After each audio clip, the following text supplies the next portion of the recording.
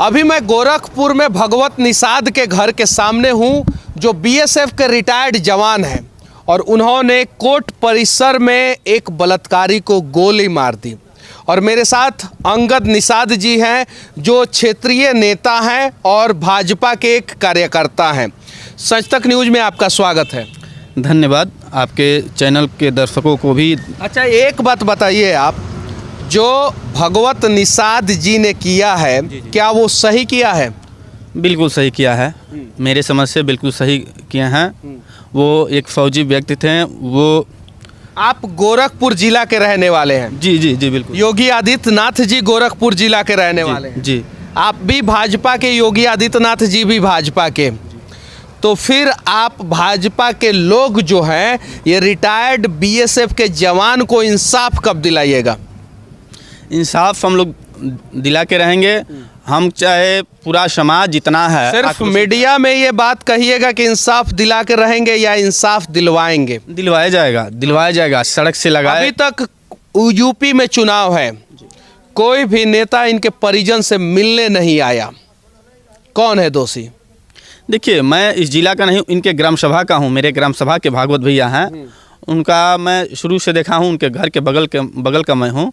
मैं इनके साथ। इतना बड़ा मैटर हो गया, सांसद नहीं आए, विधायक नहीं आए। चुनाव लड़ना ज़्यादा जरूरी होगा, एक बीएसएफ के जवान का दर्द समझना ज़्यादा जरूरी नहीं होगा? शायद ये हो सकता है। नहीं नहीं नहीं, ऐसी कोई बात नहीं है। तो कब आएंगे वो लोग? हमारी टीम इनके साथ है, निरंतर इनके साथ कार्य कर रही है। ऐसी कोई बात नहीं है। क्या स्थानीय विधायक और सांसद जो है, इनके परिवार वालों से मिलने कब आएंगे? हम लोग तो लगातार लगे हैं यहाँ, लगातार कल भी परसों भी इनके हर समय साथ हैं और रहेंगे भी। सड़क और जिला सदन। घटना हुआ क्या था? इन्होंने क्यों गोली मारी थी, इसके बारे में जानकारी है आपको? हाँ, जहाँ तक जानकारी है मैं बता दूँ। हाँ, बताइए। जो वो लगातार यहीं रहते थे, वो बिहार के निवासी थे। क्या नाम था उसका?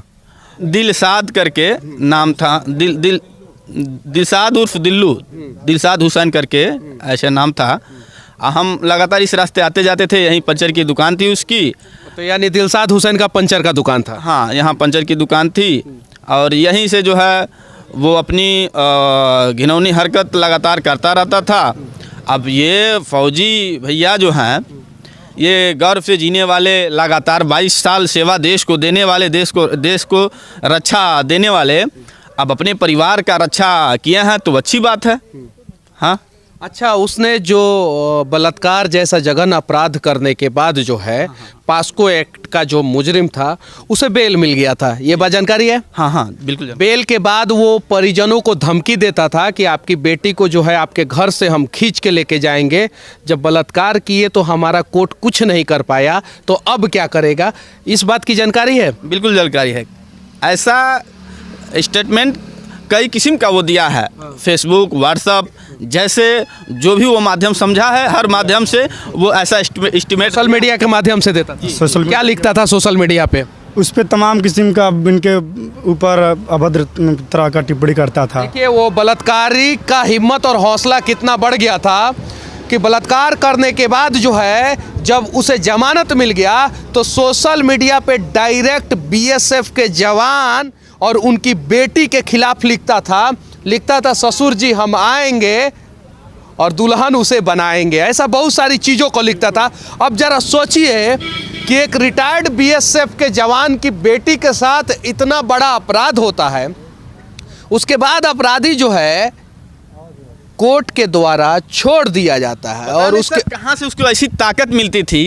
एक फौजी के परिवार को, उसकी बेटी को ऐसा घिनौना कार्य करने को, ऐसी टिप्पणी कहने को, पता नहीं इसको कहाँ से ताकत मिलती थी। यही आश्चर्य की बात है। तो ताकत कहाँ से मिलती थी, तो ये तो आश्चर्य की बात हमारे लिए है ना, आप लोगों के लिए कैसे है? सरकार आपकी है, मुख्यमंत्री आपके हैं, प्रधानमंत्री आपके हैं, और ताकत अगर अपराधी को मिल जा रही है तो आश्चर्य की बात आपके लिए नहीं, ये हमारे लिए होना चाहिए, समाज के लिए होना चाहिए। और वैसा अपराधी को मनोबल कैसे इतना हाई हो गया? सर्च इस पे हो रही है, सर्च चल रहा है। सर्च तो ये चल रहा है कि बेचारे बीएसएफ के जवान जो है जेल के अंदर चले गए। नहीं, सर्च चल रहा है, जो भी उसको पनाह दे रहा होगा, चाहे ताकत दे रहा होगा, उसको बख्शा नहीं जाएगा। ये कांड बीएसएफ के जवान के मोबाइल के अंदर तमाम तरीके का रिकॉर्डिंग था जिसमें वो धमकी दे रहा था। उनका मोबाइल सीज कर लिया गया है। देखिए, मुझे पार्टी और सरकार के लेवल से ना देखिए, ये मेरे भाई थे, मेरे गांव के थे, उस नज़रिए से बात करिए। मैं खुद पीड़ित हूँ, मेरी बेटी थी वो, ये मेरे भाई हैं, इस नज़रिए से मुझे बात करिए। मुझे पीड़ा है इस देखिए, एक भाई जो है वो पीड़ित है क्योंकि उसका भाई जो है जेल के अंदर है। एक चाचा जो है वो पीड़ित है क्योंकि उसकी भतीजी के साथ गलत हुआ है।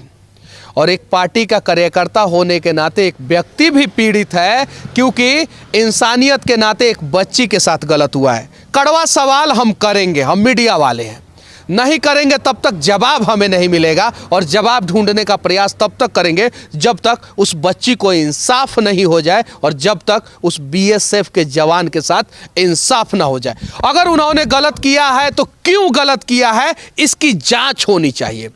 2 साल तक वो न्याय का दरवाजा खटखटाते रहे और 2 साल पहले जो है अपराधी उनकी बच्ची के साथ बलात्कार किया था।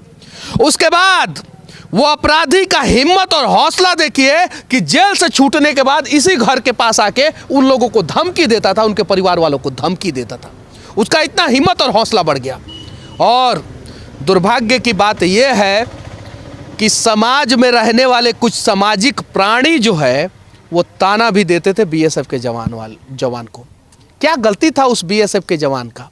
22 साल देश का सुरक्षा किया, अपने परिवार वालों के साथ नहीं रहा, बॉर्डर पे रहा, ठंड हो, गर्मी हो या बरसात हो, बंदूक लेके खड़ा रहा। और जब हम सोए रहे तो 56 इंच का सीना जो है उसका हमारी सुरक्षा करता रहा पाकिस्तान के बॉर्डर पे।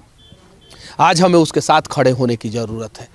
अगर वो गलत है तो क्यों गलत है, इस चीज़ की जांच होनी चाहिए और ओपन कोर्ट में उसकी सुनवाई हो, ओपन कोर्ट में, ताकि पूरा देश के लोग देखें कि कोर्ट ने सजा नहीं दिया तो एक पिता ने मजबूरी में हथियार उठा के बलात्कारी को सजा दिया। क्या मैं सही बोल रहा हूँ?